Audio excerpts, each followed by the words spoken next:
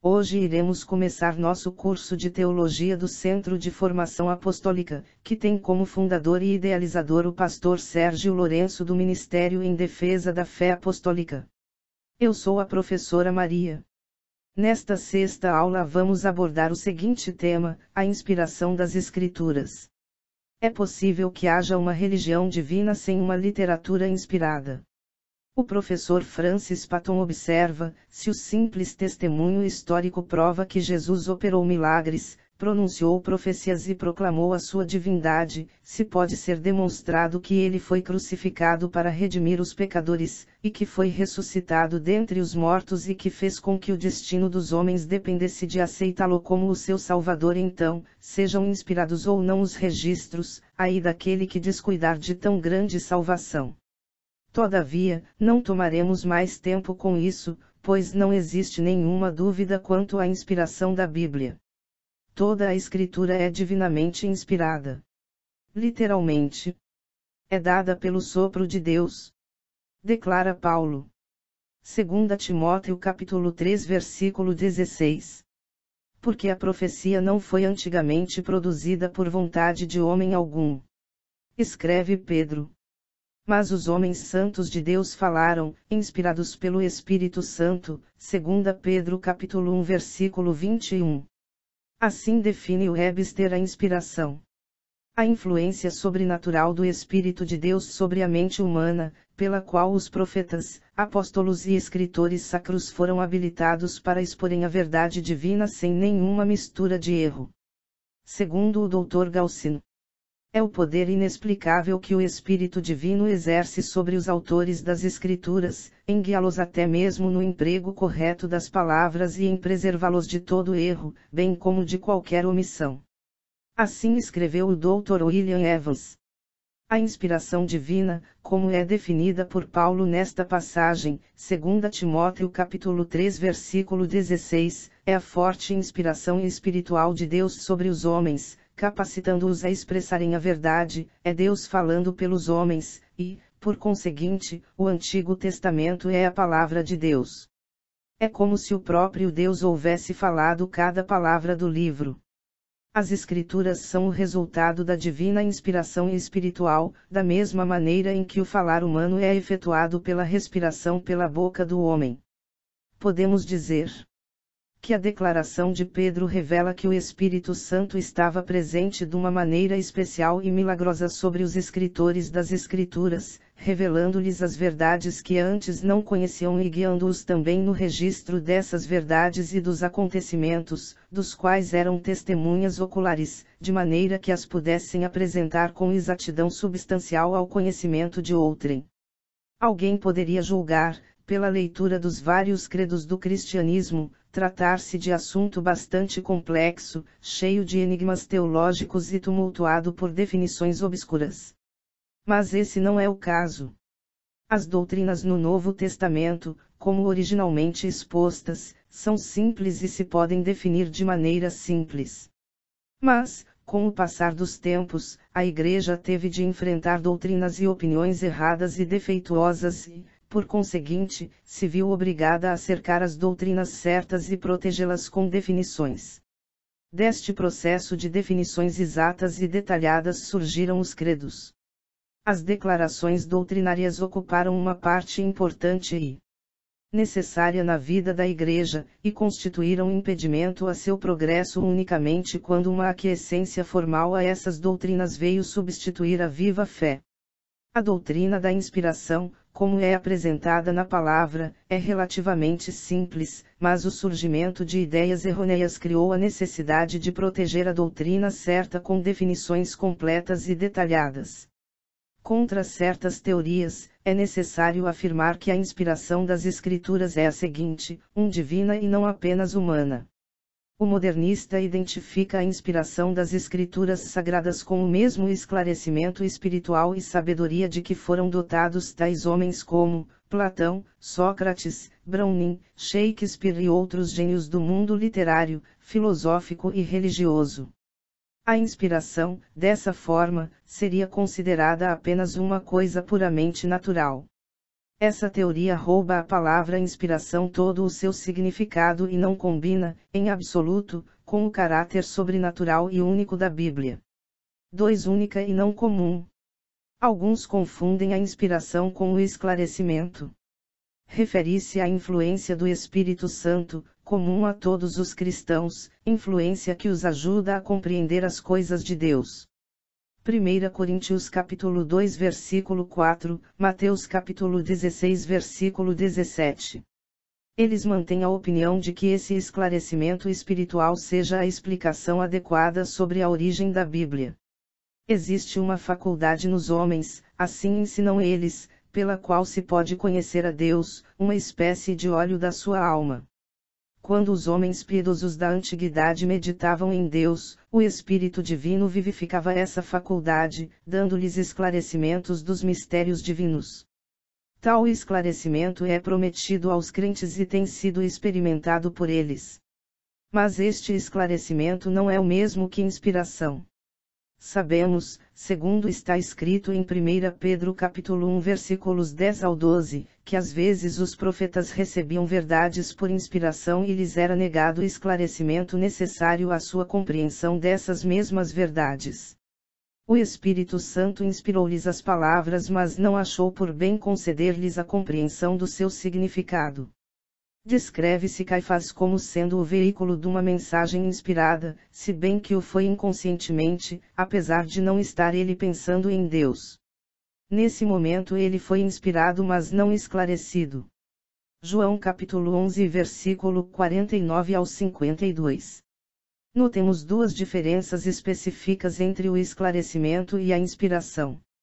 1. Quanto à duração, o esclarecimento é, ou pode ser, permanente. Porém a vereda dos justos é como a luz da aurora, que vai brilhando mais e mais até ser dia perfeito. Provérbios capítulo 4 versículo 18. A unção que o crente recebeu do Espírito Santo permanece nele, diz o apóstolo João, 1 João capítulo 2 versículos 20 ao 27.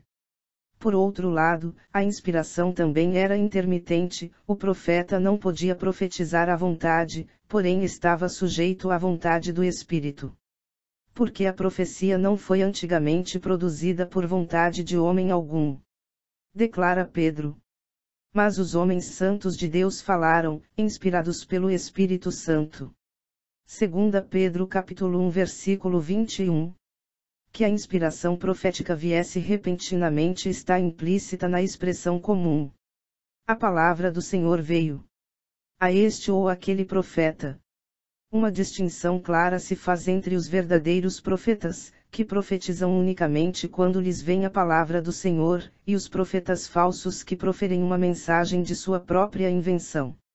Jeremias capítulo 14 versículo 14, Jeremias capítulo 23 versículos 11 ao 16, Ezequiel capítulo 13 versículos 2 ao 3. 2. O esclarecimento admite a graduação, enquanto a inspiração não admite graduação alguma. Varia de pessoa para pessoa o grau de esclarecimento, mas no caso da inspiração, no sentido bíblico, a pessoa ou recebeu ou não recebeu a inspiração. 3. Viva e não mecânica. A inspiração não significa ditado, no sentido de que os escritores fossem passivos, sem que tomassem parte as suas faculdades no registro da mensagem, embora sejam algumas porções das escrituras ditadas, como por exemplo os 10 mandamentos e a oração dominical. A própria palavra inspiração exclui o sentido de ação meramente mecânica, e a ação mecânica exclui qualquer sentido de inspiração. Por exemplo, um homem de negócios não inspira sua secretária ao ditar-lhe as cartas. Deus não falou pelos homens como quem fala por um alto-falante.